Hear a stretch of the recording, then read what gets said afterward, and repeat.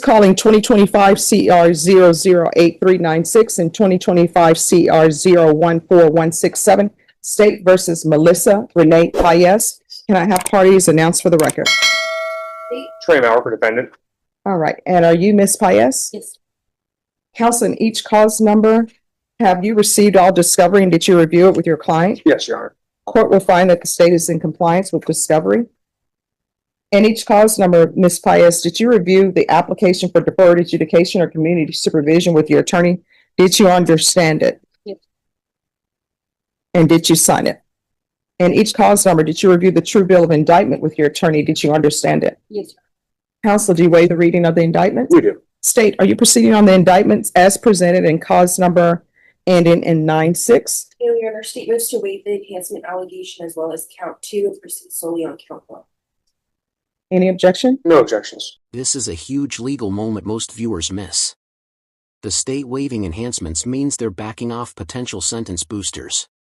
Translation: things could be much worse than what's on the table right now. Question for you: would you take this deal, knowing what's still at risk? And are you proceeding on the indictment as presented in 6-7? No, Your Honor, state also moves to waive the enhancement allegation in that clause. Any objection? No objections. All right, in each cause number, did you review the court admonishments with your attorney? Did you understand it and sign it in all the appropriate places? Yes. In cause number in 9-6, you're charged with fraudulent possession or use of credit card or debit card, 10 to 50 items as a second-degree felony, range of punishment. I'm sorry, you're only proceeding on one count, correct? Correct.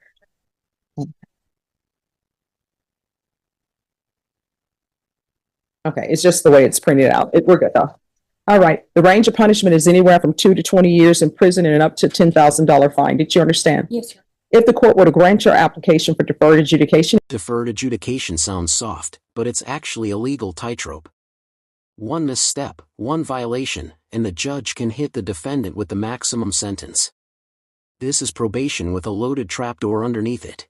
If for any reason your deferred adjudication were revoked, the court could find you guilty and sentence you up to 20 years in prison and up to a $10,000 fine.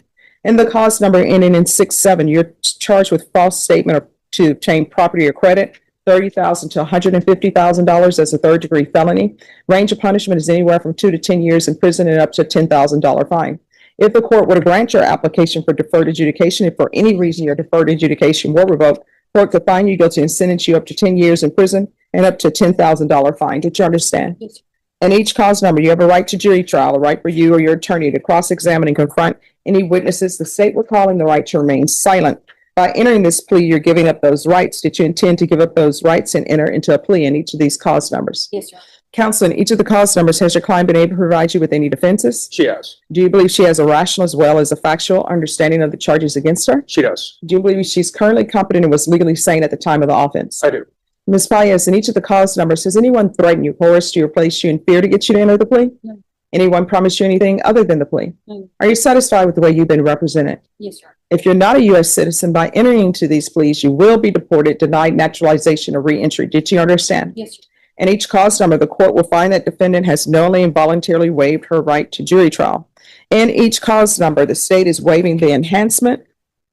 And in cause number ending in in the cause number ending in 9-6, the state is proceeding on count 1. And in each of the cause numbers, the state is asking that your punishment. And here's the tension spike. The state isn't just asking for prison time, they're stacking context. Multiple other cases, concurrent sentences, fines. This is the prosecution quietly telling the judge, this isn't an isolated mistake. Be assessed at 10 years in the prison. There's a $1,200 fine. State is opposed to your application. They're asking that the causes run concurrently.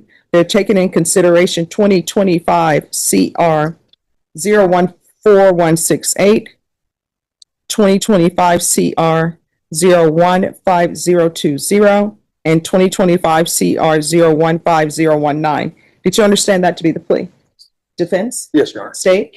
In each cause number, did you review the waiver of appeal paragraph? Did you understand it and sign it in both places? Yes, sir. By signing that, you're waiving your right to appeal. The only items that can be appealed are written pretrial motions that have been filed, heard, and ruled upon by the court. Did you understand? Yes. Counsel, are there any such motions? There are not, Your Honor. And the cause number ending in 6-7 outside the agreement, there's to be no contact with Mission Mitsubishi at 9800 San Pedro, and there's to be no contact. Did you understand those were recommendations from the state, and the court does not have to follow that recommendation? Then in cause number 2025 CR 008396 to count one, how do you plead? Guilty. And in cause number 2025 CR 014167, how do you plead? Guilty. State, in each of those cause numbers, do you have any evidence to support the plea? Yes, Your Honor. State offers State's Exhibit 1 and all attachments in both causes. No objections. All right, state, you may be excused. In each cause number, did you review the waiver and stipulations with your attorney? Did you understand it and sign it in all the appropriate places? Again, did you understand you have a right to jury trial, a right for you or your attorney to cross-examine and confront any witnesses the state will call, and the right to remain silent? Yes. Did you understand that today the state will be presenting evidence in the form of witnesses' statements and police reports, but most importantly, there'll be no live testimony? Did you understand? Yes. Court will find that defendant has knowingly and voluntarily waived and consented to stipulation of testimony and stipulations. Court will accept into evidence State's Exhibits 1 and attachments and review the same.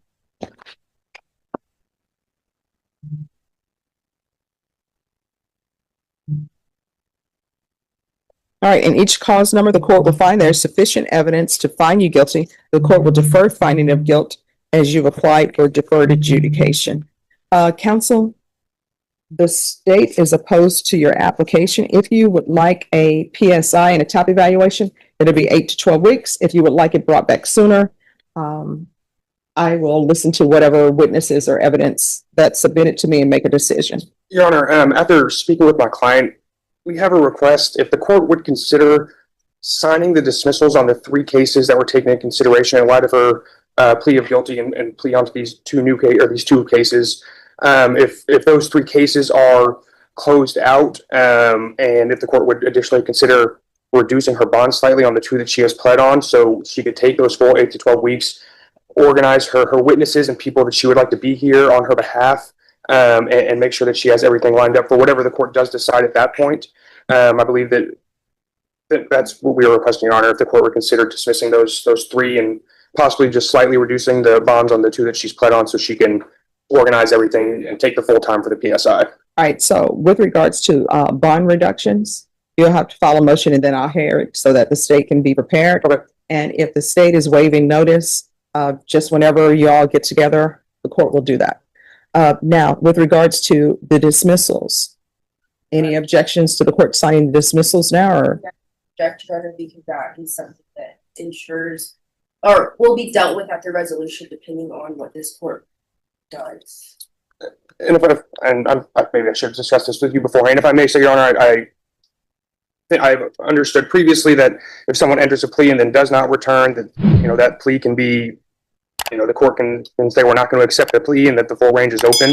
I believe that on its own will be sufficient to guarantee that she'll be here, and she'll accept whatever the court decides at that point.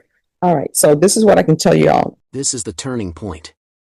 Defense just tried to cash in the benefits of a plea deal before the judge accepted it, and Judge Boyd shuts it down with surgical precision. This isn't emotion. This is black-letter law. A plea bargain means nothing until the court says it does. This is new to me. With regards to the court signing the dismissals, the signing of dismissals to the court appears to be a part of your plea bargain agreement. And until the plea bargain agreement is accepted by the court, which it hasn't been accepted, right? The only thing that I'm doing is memorializing for the record that this is your plea bargain agreement. I have not accepted it yet. However, again, it's novel to me. If somebody brings me some case law that says that the court can make a decision with its own discretion to dismiss cases if a plea bargain agreement has been entered to but not accepted by the court, I'll consider it. But my understanding of the law is that unless the state says they're in agreement to these cases being dismissed now, they're really not to be dismissed now, because your plea bargain agreement. I haven't even accepted it yet and entered a sentence. I've just accepted the contract that you want to enter into. Do you understand? All right. So, but again, if somebody brings me case law that says something differently, I'll review it. I never said I know everything. We take a quick step back just so I can discuss with my client very briefly, Your Honor. Sure. And then let me know if you all want the 12 weeks or not, 8 to Okay. 12 weeks or not. Thank you, Judge. All right. So are you asking that the PSI be waived? All right. And then with regards to TAP evaluation, are you asking that that be waived as well? Is it going to be the same wait time, Your Honor? Vashon, how long is TAP just for a TAP evaluation? TAP evaluation is 4 weeks. We'll do the TAP evaluation, Your Honor. All right. So there is a request for a TAP evaluation. It's in both cause numbers. It's 2025 CR 014167 and 2025 CR 008396. All right, Ms. Ferguson, what date?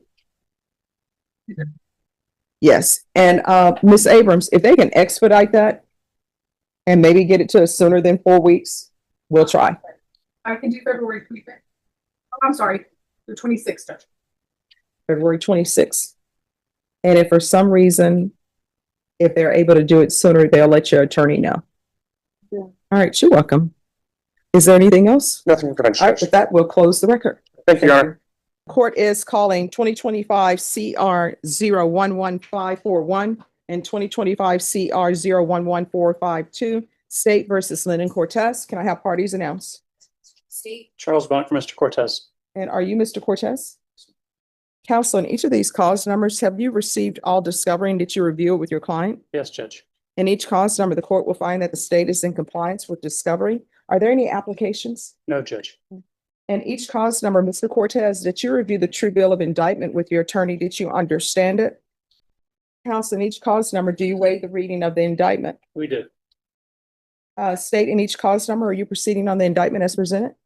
The cause ending in 4-2, state moves to proceed on the lesser included offense of possession of controlled substance, PG2 less than 1 gram. No objection.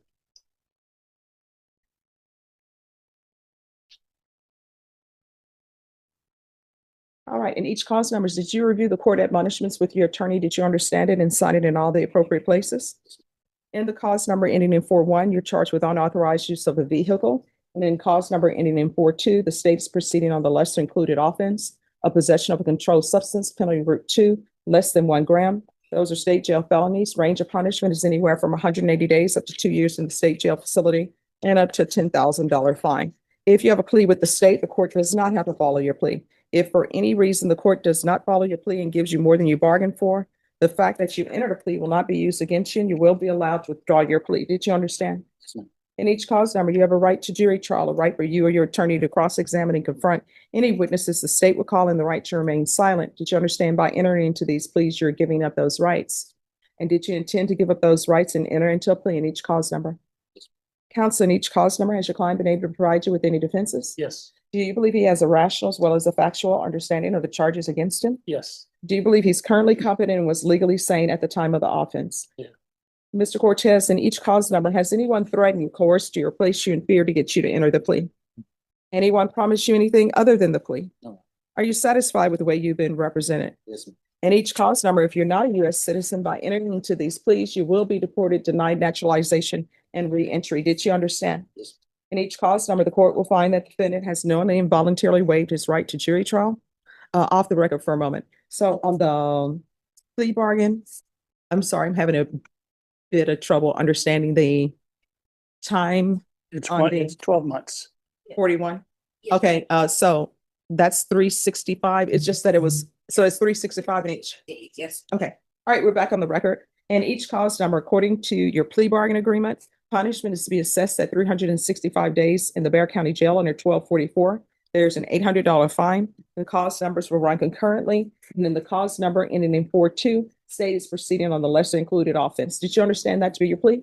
Defense? Yes, Judge. State? Yes, Judge. Did you review the waiver of appeal paragraph with your attorney in each cause number? Did you understand it and sign it in both places? By signing that, you're waiving your right to appeal. The only items that can be appealed are written pretrial motions that have been filed, heard, and ruled upon by the court. Did you understand? Yes. Counsel, are there many such motions? No, Judge. Then in 2025 CR 0115542 to the lesser included offense of possession of a controlled substance, penalty group 2, less than 1 gram. How do you plead? Guilty, not guilty, or no contest? No contest. And cause number 2025 CR 0111541. How do you plead? Guilty, not guilty, or no contest? State any evidence. Yes, Dr. Susan, exhibit 1 email. No objections. All right, state you may be excused. In each cause number, did you review the waiver and stipulations with your attorney? Did you understand it and sign it in all the appropriate places? Yes, ma'am. Again, did you understand you have a right to jury trial, a right for you or your attorney to cross-examine and confront any witnesses the state will call in the right to remain silent? Did you understand that today the state will be presenting evidence in the form of witness statements and police reports? But most importantly, there'll be no live testimony. Did you understand? In each cause number, the court will find that defendant has knowingly and voluntarily waived and consented to stipulation of testimony and stipulations. Court will accept into evidence states exhibits 1 and attachments, and the court will review the same.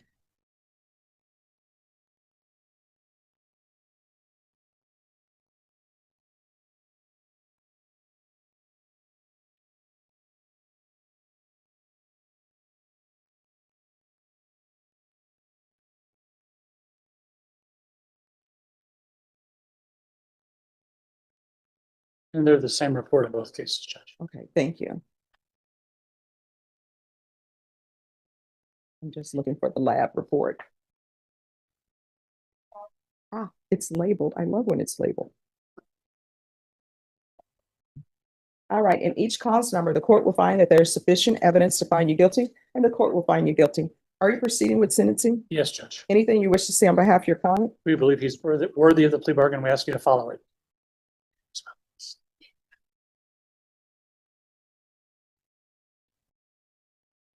I see it's a little bit slow.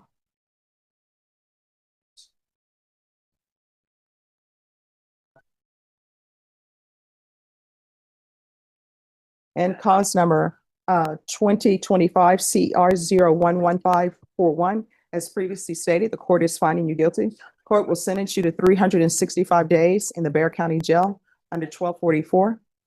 Give you credit for any time served. There's an $800 fine. Time and money will run concurrently. And this will run concurrent with 2025 CR 0111542. And is this a judgment satisfied or no? No, Judge. Is there anything else with regards to sentencing under that clause number? No, Judge.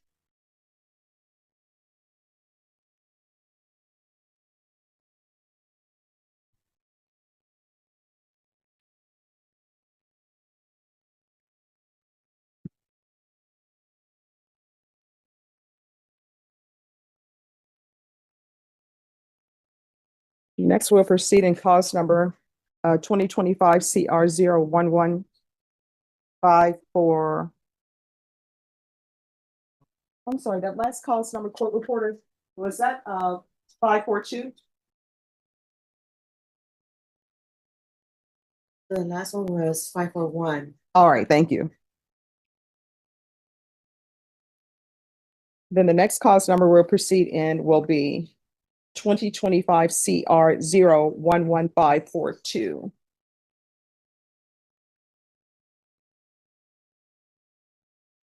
And in that cause number, as previously stated, the court will find you guilty of the lesser included offense of possession of a controlled substance, penalty group 2, less than 1 gram. Court will follow your agreement, sentence you to 365 days in the Bexar County Jail under 1244. Give you credit for any time served. There's an $800 fine. Time and money will run concurrently, and this will run concurrent with 2025 CR 0111541. Is there anything else with regards to sentencing under that cause number? No, Judge. And each cause number, did you review the document entitled Trial Court Certification of Defendant's Rights to Appeal with your attorney? Did you understand it and sign it? Yes, ma'am. Because these are plea bargain agreements, because I followed your plea bargain agreement, and because you waive your right to appeal, you do not have the court's permission to appeal. Because these are felony convictions, you're not allowed to own or possess any weapons or ammunition. If you have a question over what that is, you'll need to speak to an attorney. Do you understand? No. All right, we can go off the record. Here's the thing. at the jail, I know sometimes people think they're getting 2-for-1 or 3-for-1. I'm not in charge of 2-for-1 or 3-for-1. So if the jail decides not to give you credit of 2 days for every day you spent, you can't come to me for that because I have no jurisdiction over that. The only thing I can tell you is I've sentenced you to 365 days, and that's my sentence. You understand? All right, good luck to you. Final takeaway, this courtroom wasn't about volume or theatrics, it was about control. Judge Boyd makes it crystal clear who decides when a deal becomes real. Drop a comment, was this a bold defense strategy, or a fatal misread of judicial authority?